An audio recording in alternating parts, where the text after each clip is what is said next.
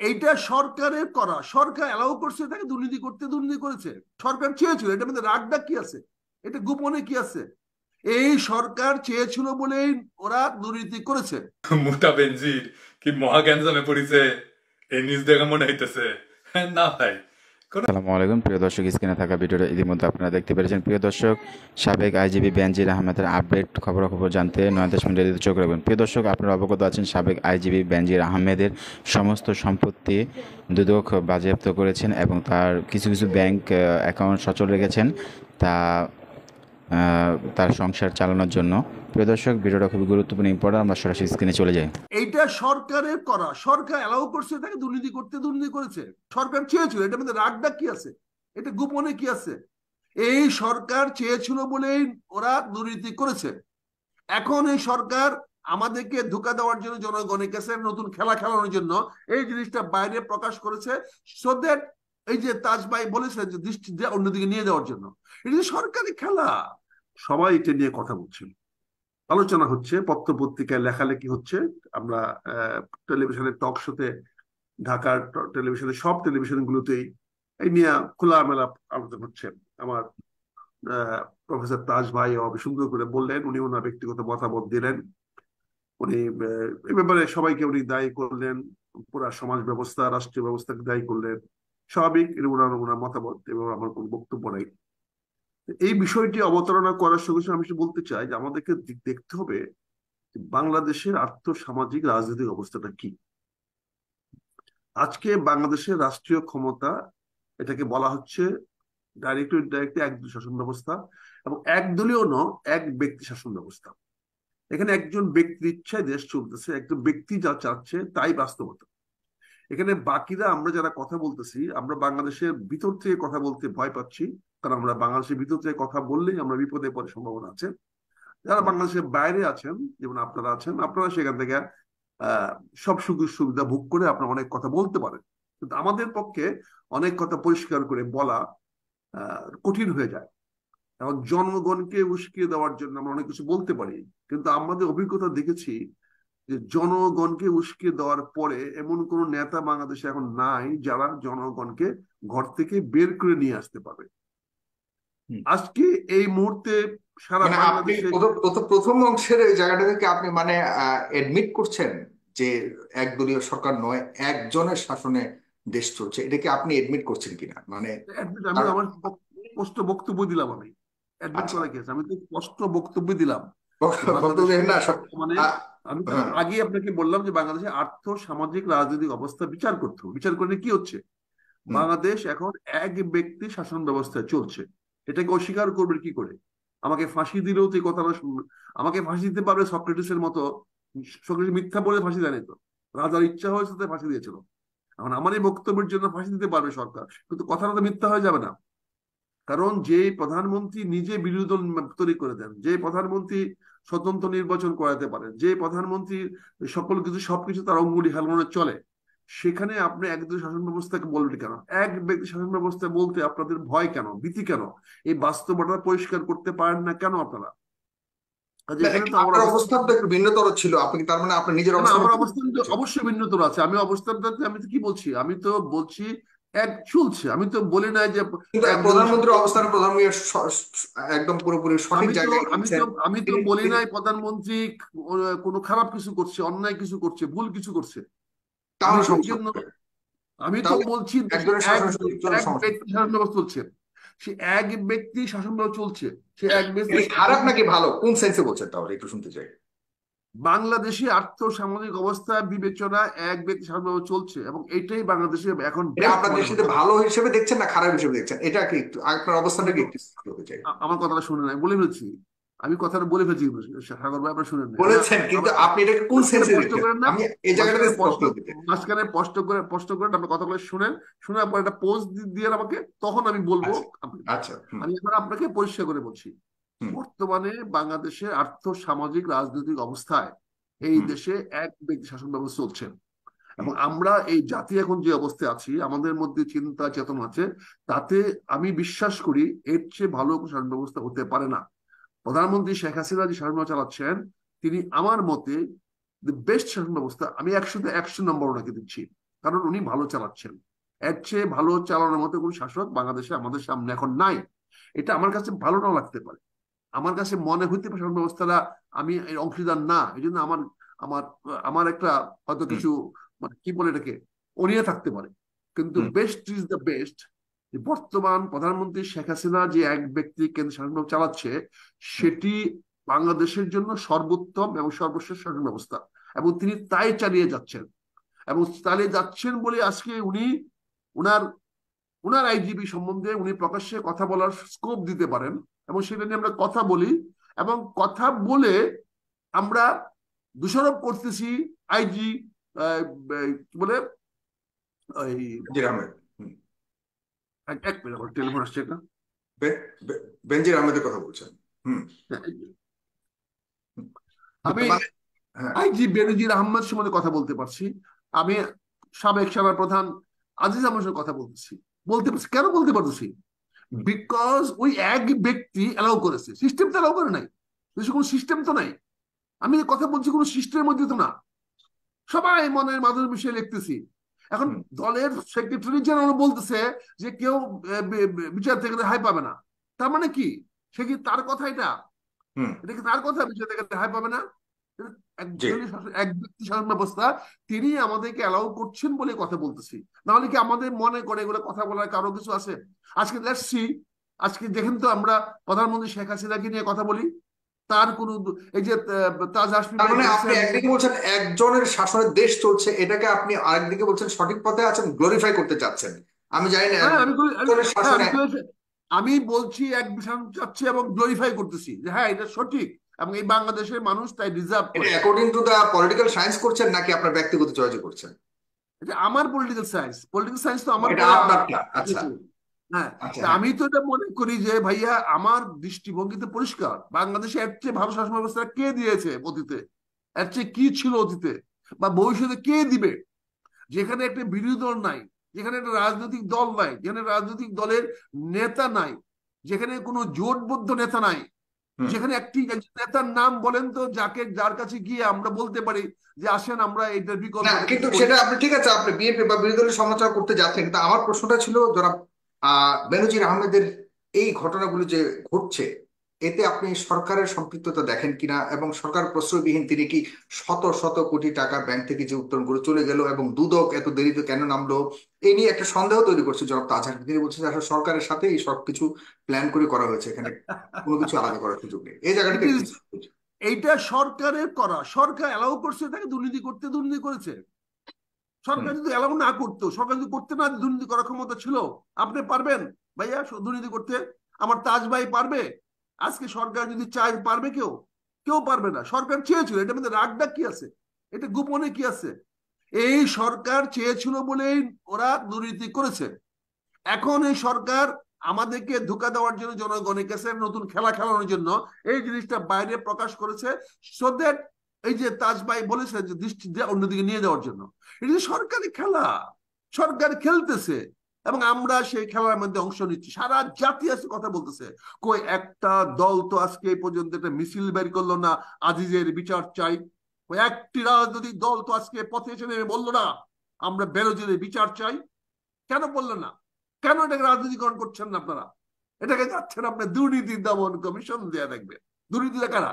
ওখানে আজিজ আহমেদ নাই, ওখানে যে ওই বেনজির নাই, যে এই দুর্নীতি কমিশন এটা বিচার করবে সেখানে বেনজির নাই, সেখানে আজিজ আহমেদ নাই। এটা রাজনৈতিক গেম। এখানে হ্যাঁ, কিন্তু একদল সরকার তো রেসপন্স করেছে। সরকারের এই রেসপন্স করাটা কিভাবে দেন যে সরকার তাদেরকে সরকার তো সরকারে, সরকার তো এক ব্যক্তির সরকার, সরকার কে আবার? ওবায়দুল তাকে কাদের তো বলেছে তাদেরকে বিচার সম্মুখীন করা হবে, এটাই সরকার। হ্যাঁ করতেছে, সরকার করতেছে, করবে। না করছে কিন্তু করবে তারা না। বিদেশে বিদেশে চলে গেলে কিভাবে করবে? বিদেশ যাওয়া কি নিষেধ আছে? কোন আইনে নিষেধ আছে? কেউ বলছে যাওয়া যাবে না? ওই যে উত্তমের জন্য নিষেধাজ্ঞা দিয়েছে, বেনজিকে দিয়েছে নিষেধাজ্ঞা। যখন দিবে তখন বলেন নিষেধাজ্ঞা দিয়েছে, দেয় নাই। ভাই আপনাকে সরকার এই পুরা গেমটা সরকার খেলতেছে। এখানে সরকার তার হিসাব মতো দেখবে, দিনের শেষে সে তার ক্যাশ করে চলে যাবে। এই গেমে সরকারের বেনিফিটেড হবে। এখানে বেনিফিটটা একটা কি কি রাষ্ট্র রকম, কে কে কি ধরনের বেনিফিট পাচ্ছে এই পুরো ঘটনার মধ্যে দিয়ে আপনার কাছে মনে হয়? এই পুরো ঘটনার মধ্যে কি হচ্ছে? এই যে আপনি বলছেন যে তার টাকা পয়সা নিয়ে চলে গেছে, তারপর টাকা সেভ করে দেওয়া হয়েছে। এখন সম্পত্তিটা সেভ হবে না, তো সম্পত্তিটা ক্রোক করে নিয়ে নেবে, বা সবাই আমরা হাততালি দিব সরকারকে, তালিয়া বাজাবো আমরা। তারপর এখন পর্যন্ত কেউ টাকার কথা বলতেছে না।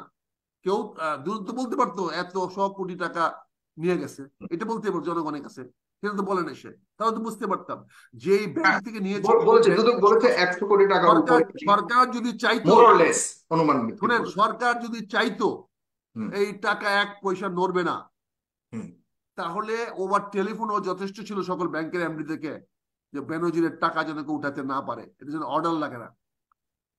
যদি যেই ব্যক্তি দেশ শাসন করতেছে তিনি যদি চাইতেন যে একটি টাকা উঠাতে পারবে না, কারো ক্ষমতা ছিল না এই বাংলাদেশ থেকে একটি টাকা উঠানো। কারণ বাংলাদেশটা এখন অত্যন্ত কঠিনভাবে শাসিত হচ্ছে, অত্যন্ত সুশৃঙ্খল হইতে হচ্ছে। এখানে মাননীয় প্রধানমন্ত্রী শেখ হাসিনা যেইটা যেভাবে চাইবেন বাংলাদেশে সেইটা সেইভাবে হবে, এর বাইরে কোনো ব্যত্যয় হবে না, কেউ করার ক্ষমতা নাই, যতক্ষণ পর্যন্ত না রাজনৈতিকভাবে কোনো উত্থান না হবে। আরেকটি রাজনৈতিক শক্তি উত্থান না হওয়া পর্যন্ত এই অবস্থা থেকে পরিবর্তন হবে না।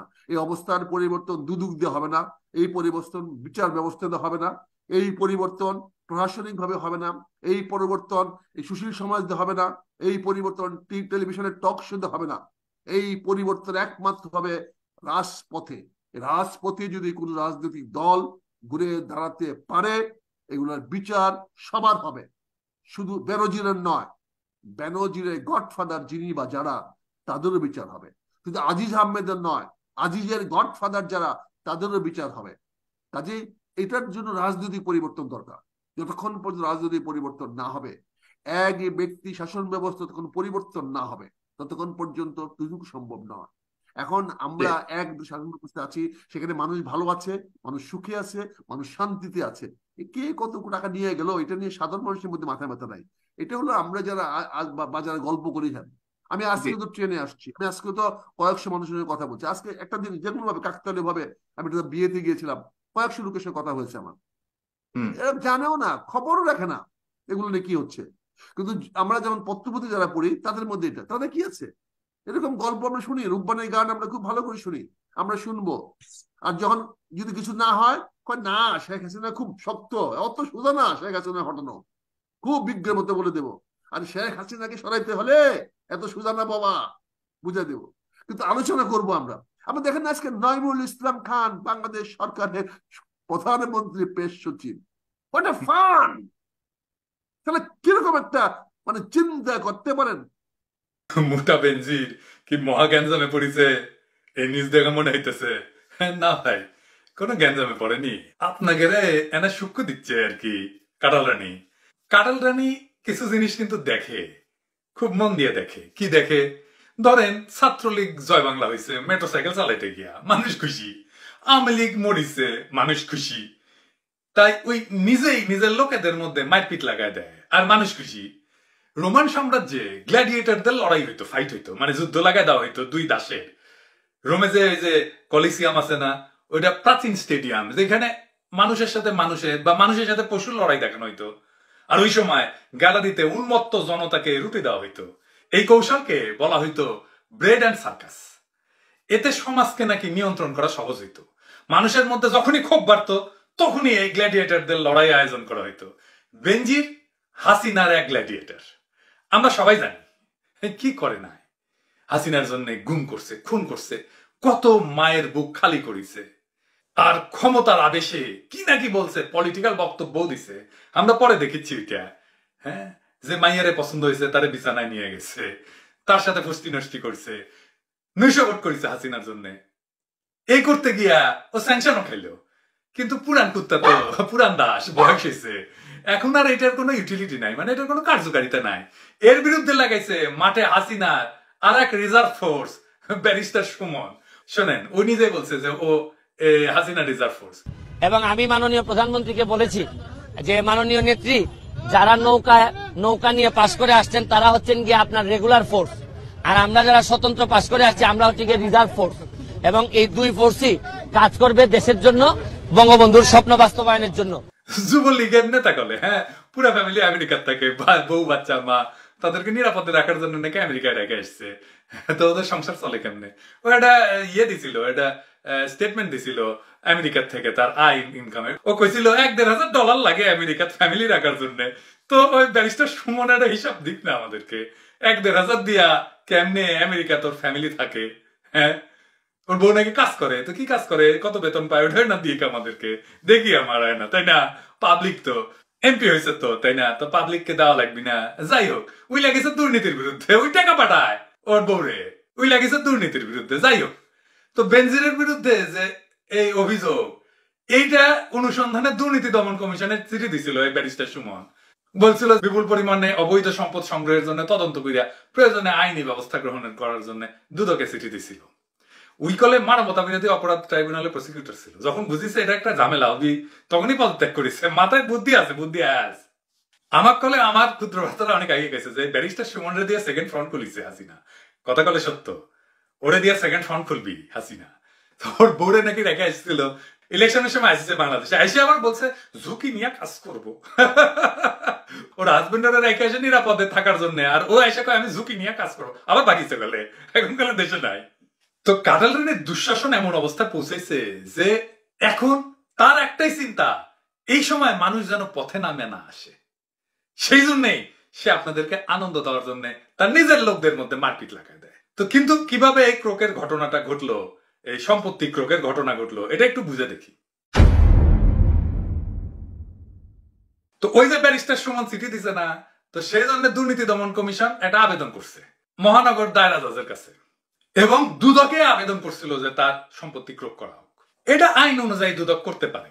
দুদকের বিধিমালা 18 অনুসারে যদি তদন্তকারী কর্মকর্তার মনে হয় যে সম্পদ সে সরায় ফেলতে পারে, তাহলে সম্পত্তি ক্রোকের অনুমতি চাইতে পারে আদালতের কাছে। বাংলাদেশের আদালত কার হুকুমে চলে? হাসিনার হুকুমে চলে। তো হাসিনার হুকুমেই বেনজিরের এই অবস্থা। সে তার সম্পদ এখনই হারাইতেছে না, একটা হাইকোর্ট থেকে স্টে অর্ডার আনলেই ওই রাফসানের বাপের মতো চামেসি কোণে থাকতে পারবে আরো মেলা দিন। কিন্তু তারপরে হতে এটা একটা ঝামেলা, তাই না? এটা আইনগত ঝামেলা। এই ঝামেলায় সে কেন পড়লো? কারণ হাসিনা বিপদে আছে, বিপদ থেকে সে লাভ তুলে নিতে চায়। কি বিপদে আছে এটা একটু বললাম, আবার একটু বুঝায় বলতেছি। এই পুরা ঘটনায় পুরা লাভ হচ্ছে হাসিনার। ওই যে all the prime ministers man যখন প্রচারিত হয়েছিল না, কে ডিফেন্ড করছিল? মোটা আজিজ রে, হাসিনার দলের লোক। তো এখন যে ভিসা রেস্ট্রিকশন পাইলো আজিজ, ওরা কেউ ডিফেন্ড করতেছে না। হাসিনার লোকেরা ডিফেন্ড করতেছে না। বেনজির যে স্যাংশন খাইলো, ডিফেন্ড করছিল কে? আওয়ামী লীগ। তো তারা জাতিসংঘের একটা সেশনে পাঠাইলো কিছুক্ষণের জন্য, দেখানোর জন্য যে দেখো ও আমেরিকায় যেতে পারে, কিসের স্যাংশন, কিসের কি। হ্যাঁ, সেইখানে আবার আওয়ামী লীগ তার একটা সম্বর্ধনা দিল, যেন ওই আওয়ামী লীগের নেতা। এখন ওরেই বাম্বু দিতেছে হাসিনা, কারণ পাবলিক খুশি। শোনা যায় বসুন্ধরার পিছে লাগিছে। বসুন্ধরা বেনজিরের চাইতে হাসিনার কাছে গুরুত্বপূর্ণ এই মুহূর্তে। তাই হাসিনা তারে সার্ভিস দেওয়া, এক সময় সবচেয়ে গুরুত্বপূর্ণ লোককে ঝাইরা ফেলতে এক মুহূর্ত ভাবে নাই। এটাই হাসিনা স্টাইল। হাসিনার স্ট্র্যাটেজিটা কি জানেন? ওই সবাইরে দুর্নীতি করার সুযোগ দেয়, তারপরে ওইটার তথ্য নিয়ে ওরেই দরকার পড়লে ঠাপায়। এই যে প্রশাসন, পুলিশ, আর্মি, ডিজিএফআই, এইগুলারে হাসিনা ফুটা পয়সা দিয়েও দাম দেয় না। ইনফ্যাক্ট ওদের ফুটা পয়সার দামও নাই। সে ফুটারে হাসিনা দাম দেয়, এগুলোরে দাম দেয় না, আপনাকে দাম দেয় না। যারা হাসিনার দাসত্ব করিচ্ছেন আপনাকে দাম দেয় না, কারণ আপনি তো রাষ্ট্রের কর্মচারী হন নাই, হয়েছেন হাসিনার চাকর। এই যে সিনহা সাহেব মানবতা বিরোধী অপরাধ ট্রাইব্যুনাল করলে কি কি করলো, যা যা করার করাই নিছে, কিন্তু ওরা হুঁশটা দিতে হাসিনা কিন্তু কিছু চিন্তা করা লাগিছে। সিনহা সাহেব কই? তার কোন পলিটিক্যাল ইম্পর্টেন্স আছে, সোশ্যাল ইম্পর্টেন্স আছে? নাই। এইগুলো যখন ক্ষমতাবান হয় সরকারি চাকরি কইরা, রাষ্ট্রের ক্ষমতার নিজের ক্ষমতা বলে মনে করে। আরে বেটা, রাষ্ট্রের ক্ষমতা তো জনগণের ক্ষমতা। এক একজনের রোয়াব দেখলে গাছের বিড় করে। দেখেন না, বিশেষ ক্যাডার হইলে ধরাকে সরা জ্ঞান করে, ওদেরকে নাকি সার্কুয়া টাকা লাগবে। ভাই আপা কওয়া যাবে না। এই যে আমাদের ধাওয়াই ছিল না ডিজিএফ এর জেনারেল আবেদিন, আমার ব্যাটসম্যান কলে, ওর রোয়াব কি তখন। হ্যাঁ, মানে আমাকে যে এই এতদিন ধরে পরিবার থেকে বিচ্ছিন্ন থাকতে হয়েছে, এইটা কি কমফোর্টেবল আমার জন্য? আমরা কি বলেছি আপনাকে আপনি পরিবার থেকে বিচ্ছিন্ন থাকেন? আপনি আমাদের অফিসে আসতে অসুবিধা কোথায়? এইটা কি আপনি বলছেন আমাকে? মানে আপনাদের অফিস সম্পর্কে আমাদের সাধারণ মানুষদের পারসেপশনটা যদি ভীতির না হতো, তাহলে কি আমার আত্মগোপনে যেতে হয়? আমাকে প্রথমে বলতে হবে যে আপনারা কেন খুঁজছেন আমাকে, তাই না? তারপরে আমি আসিনি কেন, এটা ন্যাচারাল, এটা খুব ভয়ের কারণে আসে। আমার মনে হয়েছে আমি গেলে ওখান থেকে ফেরত আসবো না। যখন সে ডিজিএফ এখন আমেরিকাতে লুকায় আছে, লুকায় থাকা লাগবি। হ্যাঁ, তো রোয়াব কই গেছে? যতগুলো আর্মি চিফ ছিল কই সেগুলা? তাদের সোশ্যাল আর পলিটিক্যাল ভ্যালু কি? শূন্য, জিরো। কারণ হাসিনা এইভাবেই তার সিস্টেম সাজাইছে। সে জানে যে এগুলা লোভ সীমাহীন, সম্পদের প্রতি লোভ, নারীর প্রতি লোভ, ক্ষমতার প্রতি লোভ। ওই ট্র্যাপে, ওই ফান্দে সে তার দাসেদের ফেলে, তারপরে তার নাকে দড়ি দিয়া ঘুরায়। সে তার পুরা সিস্টেমকে এইভাবে সাজাইছে। পুরা ঘটনায় হাসিনা যে বিশাল চাপে আছে, তার থেকে জনগণের দৃষ্টি অন্যদিকে ফেরানোর চেষ্টা করলো। এই বিশাল চাপের সময় জনগণ যদি রাস্তায় নেমে আসে তাহলে তো মহাবিপদ। রিজার্ভের চাপ, আমেরিকার চাপ আছে, চীনের দিকে যেন না যায়। এদিকে বয়কটের মাধ্যমে অব্যাহত ভারত বিরোধী মনোভাব তৈরি হইতেছে, এটা ইন্ডিয়ার জন্য একটা সমস্যা, সে চাপ দিতেছে। ইন্ডিয়ার ব্যবসা কমে যাইতেছে, সে চাপ দিতেছে। আমাদের জার্মানিতে ভারতীয় দূতাবাসের সামনে বিক্ষোভ হয়েছে। বিশ্বের বিভিন্ন দেশে ইন্ডিয়ান হাইকমিশনগুলো, এম্বাসিগুলোর সামনে বাংলাদেশে ডায়াসপোরা সিজ করছে।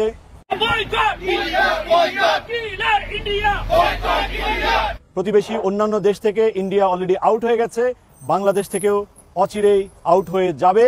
দেশে আজকে বার্লিনের কমিউনিটি সেই মেসেজটি বাংলাদেশের যে দিল্লির পাঁচাটা সরকার এবং দিল্লিকে এই মেসেজটি পৌঁছে দিয়েছে এই প্রটেস্টের মাধ্যমে। আজ খবর পেলাম যে বিদেশে শুধু বাংলাদেশের না, প্রবাসে থাকা অন্যান্য মুসলমান দেশের নাগরিকরা যারা বাংলাদেশের নাগরিকদের সাথে, বাংলাদেশের মুসলমানদের সাথে, বাংলাদেশের জনগণের সাথে সংহতি প্রকাশ করে, তারাও বয়কটে যোগ দিচ্ছে। তারা ভারতীয় পণ্য কিনতেছে না। একজন অস্ট্রেলিয়ার ব্যবসায়ী আমার এক রাজনৈতিক সহযোদ্ধার কাছে আজকেই বলছে যে বেশি বাড়ি খাইতেছে বিদেশে ইন্ডিয়া, সারা দুনিয়া জুড়ে। আমি বলছিলাম না, নতুন আঞ্চলিক ঐক্য তৈরি হবে। আপনারা তো জানেন যে আমি ডাক্তার, বাংলাদেশের ডাক্তারের অনেক ইনসাইড স্টোরি আমি জানি। ইন্ডিয়াতে রোগী যাওয়া কমে গেলে ইন্ডিয়ান সহকারী হাই কমিশনার বিশেষ বিশেষ ডাক্তার ভিজিট করে, যাদেরকে আমি চিনি, যাদের সাথে আমার কথা হয়। আমি প্রমাণ দিতেছি না, কারণ তারা বিপদে পড়বে। তারা বলছে ইন্ডিয়ান হাই কমিশন এখন ডাক্তার ভিজিট করছে, কারণ রোগী কমে গেছে। ওদের কাছে আসল হিসাব আছে। $1.5 বিলিয়ন ইম্পোর্ট জয় বাংলা করে দিছে বাংলাদেশের জনগণ 4 মাসে। যারা এক খই 2 কামড়ে খায়, এটা তাদের জন্য বিশাল ক্ষতি। এই ক্ষতি পোষানোর জন্য প্রয়োজন না থাকলেও পেঁয়াজ আমদানি করেছে, আর সেই পেঁয়াজ পচিচ্ছে। আর পেঁয়াজ আমদানি করতে পারবে, আমদানি কারকরা আর আমদানি করবে, জিন্দেগিতে করবে না। ইন্ডিয়া চাপে রাখছে ব্যবসা দেওয়ার জন্য। মুটা আজিমের জয় বাংলা আর বেনজিরের সম্পত্তি ক্রোক নিয়ে পাবলিক আনন্দে আছে। এই চাপের মধ্যে পাবলিক যদি মাঠে নেমে আসে তাহলে বিপদ। আমি বয়কটের মাঠের কর্মীদের আর রাজনৈতিক দলকে আহ্বান জানাই, এইটাই মাঠে নামার উপযুক্ত সময়। বিপদে আছে কাঁঠাল রানী, মাঠে নামেন দ্রুত, কাঁঠাল রানী পিছু উঠবে। তবে বেনজির কি খুব বড় বিপদে পড়েছে? বেনজিরের আপাতত কোনো সমস্যা হবে না, কারণ নজিরবিহীন ভাবে সে পুলিশ প্রোটেকশন পাচ্ছে, সেটা প্রত্যাহার হয় নাই। আর ক্রোকের আদেশ সে ঠেকাই দিতে পারবে হাইকোর্ট দিয়া। এই বেনজির বলেছিল যে রাজনৈতিক দলকে, হু আর ইউ? সে বলছিল পুলিশের প্রোগ্রামে গিয়া, সরকারি প্রোগ্রামে গিয়া পলিটিক্যাল কথা কয়। দেশের অর্থনীতির উপর অবরোধ আরোপ করতে একটা রাজনৈতিক দলের নেতারা লবিস্ট নিয়োগ করেছেন, জিএসপি করতে চিঠি লিখেছেন। আপনারা রাজনীতি করেন জনগণের জন্য, আবার জনগণের বিরুদ্ধে যুদ্ধ ঘোষণা করেন, জনগণকে নিশ্চিহ্ন করার উদ্যোগ গ্রহণ করেন। আপনারা কারা? হু আর ইউ? কি চান আপনারা? পলিটিক্যাল নেতা হয়ে গেছিল। এটার মধ্যে পুলিশিং আছে? হারামজাদা। মোটা বেনজির শুন, আমরা এই দেশের সংখ্যাগরিষ্ঠ জনগণ, তোর বাপ বাবলা জাউরারা বাপরে চেনে না। তুই তো জাউরা, তুই 2 জেনারেশনের জাউরা, তুই তোর বাপকে চিনিস না। আমরা তোর বাপ, আর আমরা তোর প্রভু। কাঁঠাল রানীর তক্তে তাও চুরমার কইরা জনগণের যে ক্ষমতা সে কেড়ে নিছে, তা জনগণের কাছে ফিরাই দিতে চাই। আমরা কে আর আমরা কি চাই শুনে রাখ, কান খুলে শুনে রাখ। তো বেনজির তো নানা দিক থেকে ডলা খাইতেছে। সে যখন পুলিশ চিফ, তখন তারে প্রমিথিউস বলে আখ্যা দেওয়া হয়েছিল। তখনই নির্ধারিত হয়ে গেছিল ওর কপালে কি আছে। হ্যাঁ, প্রমিথিউসকে জানেন তো? প্রমিথিউসকে দেবরাজ জিউস, এটা গ্রিক উপকথা আর কি, সীমা লঙ্ঘনের জন্য অনন্ত যন্ত্রণার শাস্তি দিছিল। তাকে একটা পর্বতে অনন্তকালের জন্য শৃঙ্খলিত করে রাখা হয়েছিল, এবং প্রত্যেকদিন সকালে ওই শেকলবদ্ধ প্রমিথিউসের কাছে একটা ঈগল আসতো। ঈগলটা প্রমিথিউসের বুকের মাংস ঠুকরায় ঠুকরায় খাইতো, খেয়ে শেষ করতো সারাদিন, আর যন্ত্রণায় চিৎকার করতো প্রমিথিউস। রাতে আবার প্রমিথিউসের শরীরে নতুন মাংস গজাইতো। পরদিন ঈগল আবার আসতো, যেন ঈগলটা এসে আবার খাইতে পারে। সেইটা সেই প্রাগ ঐতিহাসিক কাল থেকে চলতেছে আজও পর্যন্ত, মানে গল্প অনুসারে। তো বেচারা ঈগল পুষ্টিহীনতায় ভুগিচ্ছিল, কারণ প্রমিথিউসের শরীরে মাংস বেশি ছিল না। তবে মাশাআল্লাহ আমাদের বেনজির সাহেবের শরীরে মাংস ভালোই আছে, যদিও সেগুলো জায়গা মতো লাগে নাই। তো এই প্রাগ ঐতিহাসিক যুগ থেকে এই ঈগলটা যে দুঃখ ছিল, সেই দুঃখটা অন্তত গেল, তাই না?